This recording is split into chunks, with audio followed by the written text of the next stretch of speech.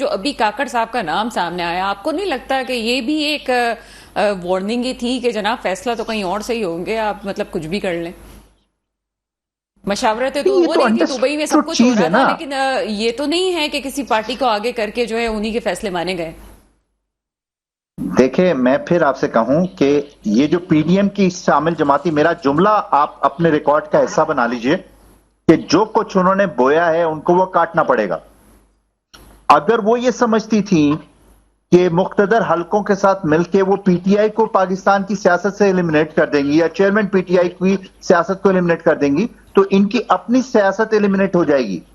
کیونکہ انہوں نے آخری دنوں میں جس طرح سے لوٹ سیل کے طور پہ بلز پاس کروائے ہیں اور ان کی منشا کے مطابق وہ لیجسلیشن دے دی، ان کو وہ سپیس دے دی جو آئین میں پہلے نہیں تھی،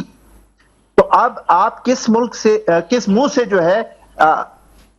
جمہوریت کا جو ہے وہ راگ گلاپیں گے؟ اب پرابلم یہ ہے کہ ان لوگوں کا مسئلہ یہ صرف گورنمنٹ کرنے کے لیے پاکستان میں آتے ہیں۔ اب شہباز شریف صاحب آج ملک سے چلے گئے، نواز شریف صاحب نے اپنے پورے 16 مہینے کے دور میں پاکستان میں جی سر، اور لوگ بھی لسٹ میں شامل ہیں جو کہ نون لیگ سے باہر جائیں گے چھٹیاں منانے کے لیے۔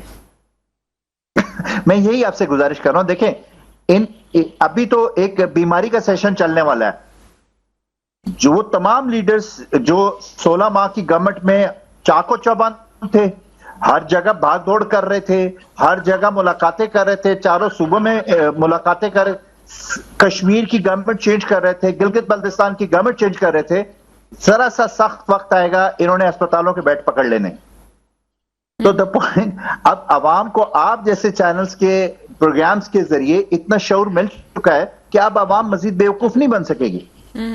اب پوائنٹ صرف یہ ہے کہ آپ مردم شماری کو ایشو بنا کے یا حلقہ بندیوں کے ایشو کو بنا کر آپ الیکشن کو آگے کریں گے تو کیا آپ اپنے مطلوبہ نتائج حاصل کر لیں گے؟